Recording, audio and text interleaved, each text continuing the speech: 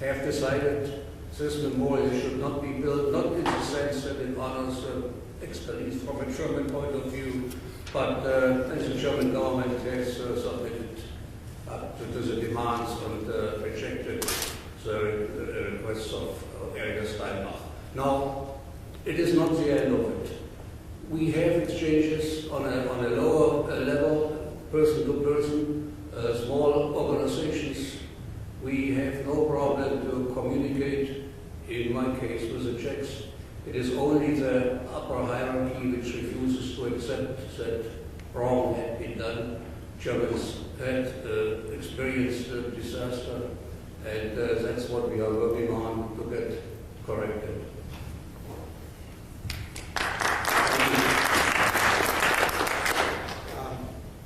Let me ask a question that will provoke discussion. That's the idea of a discussion panel. And it will center around the one thing literally everyone in this room, I think, can agree on, and that this is already implied by many of our speakers right now. This is a wonderful conference. This is a great idea, but it was just a start, or it was the first of its kind, I should say. This is something that was actually addressed at lunch, but for the everyone here who wasn't at lunch with us, let me simply ask, what's next? What would you suggest needs to be done? And I think this is also something that once we turn the microphone around and ask you, you can also provide some suggestions. But I'd like to ask every member of the panel that would like to comment on that. What should be the strategy? How should we follow this up?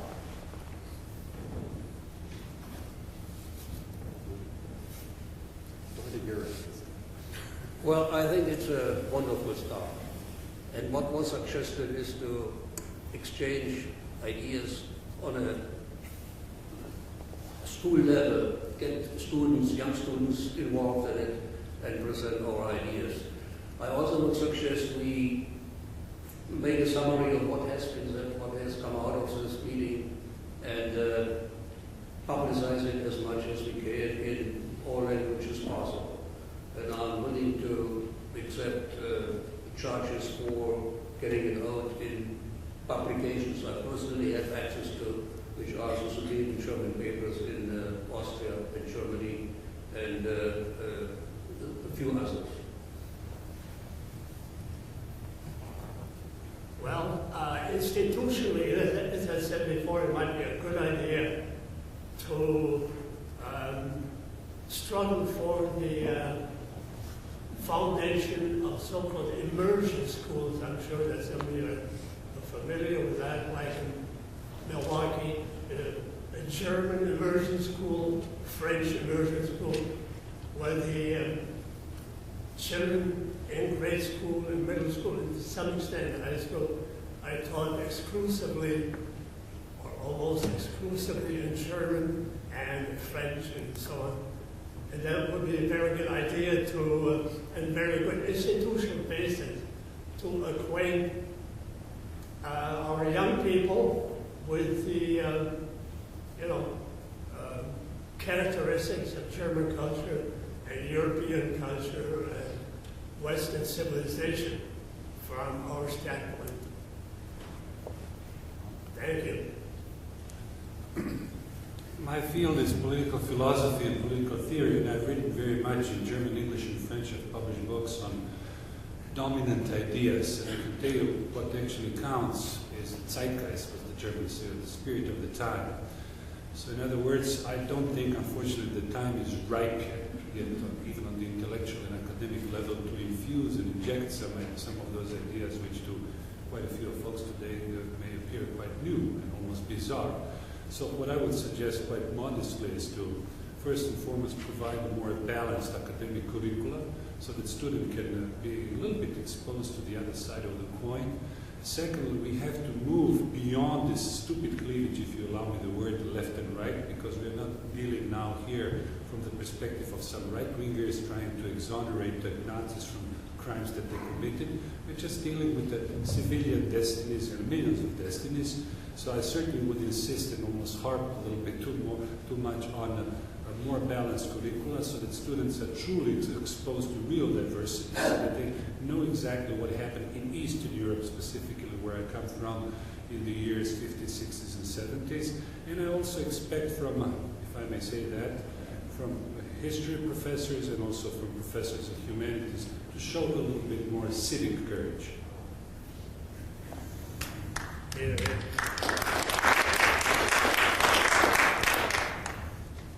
My own feeling is that civic courage is something we all have to have, not just the professors. We have to work closer together. Those of us that have networked here, met here, we've got to keep the communications up. And we've got to become more active.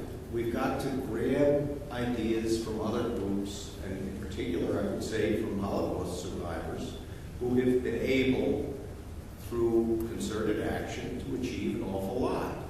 They've been able to get money from Switzerland, assets that were frozen for 40, 50 years. They were able to get those assets paid out, probably far more than what was ever invested there. Through working in Eastern European countries, they've been able to get communal property, temples and schools that used to be owned by Jews, returned to the Jewish communities locally. When you work together, you can achieve something. You have to have an idea, you have to have a motivation, and you have to be ready to work and have some civil courage and fess up to the fact of what you believe in. My organization, the German World Alliance, attempts to do this. If you work worldwide, you multiply your efforts, your impact, because, for example, I'll tell you exactly what happened during the Swiss bank situation. If a Swiss diplomat was flying into Brazil, the Brazilian Jewish community was notified, and he was met at the airport with people standing with signs saying, it's unfair what the Swiss are doing with Jewish assets. Please return Jewish assets. He then went the second step of his flight, of his trip to Argentina. He was met, surprise of surprise, by local community people holding the same signs. By the time he got back to Switzerland, he thought the whole world was against Switzerland, and only because the communities in each country had networked, it communicated, and said it's in all of our interests to work together and to get this done. There's no reason why Germans are in almost the exact same situation. There's Germans in every country in South America, every country in North America, throughout half of Europe. For example, right now we have a golden opportunity with Serbia. Serbia wants to get into the EU. Demonstrate when the Serbian Prime Minister comes to visit a given country, so that he knows that people care, that there's got to be justice with this Tomislav. And when he sees that in 5 or 6 countries, when his embassies in 5 or 6 countries, or 10 countries, or if we're lucky, 20 countries, write cables in saying, people in this country care about this issue, then something will in fact be done. Don't expect the German government to do your work. They will not. You've been deserted by the German government. Networking, working together, being ready to get out. That's the key. Right. I think we talked about zeitgeist. The great German philosopher Hegel, when he was professor of philosophy at the University of Jena, looked out the window one day, and there he saw Napoleon I riding by on horseback after one of his smashing victories over the Prussian army. And Hegel said he saw the world spirit riding by on horseback, that his God was coming by. And he was right. Not that Napoleon was totally a God, but he was definitely chosen by God at that particular point. And that was zeitgeist. But that was 1806. And then 6 years later, Napoleon, after there was reversal with the British, decided to invade Russia, and it came that he was defeated. Zeitgeist went down the drain, and there came the great Battle of Leipzig, the Battle of the Nations, in which Napoleon was defeated in 1813, then he was defeated again in 1814, then finally 1815 in Waterloo. So every zeitgeist will have its Waterloo. It's not that we're supposed to put our hands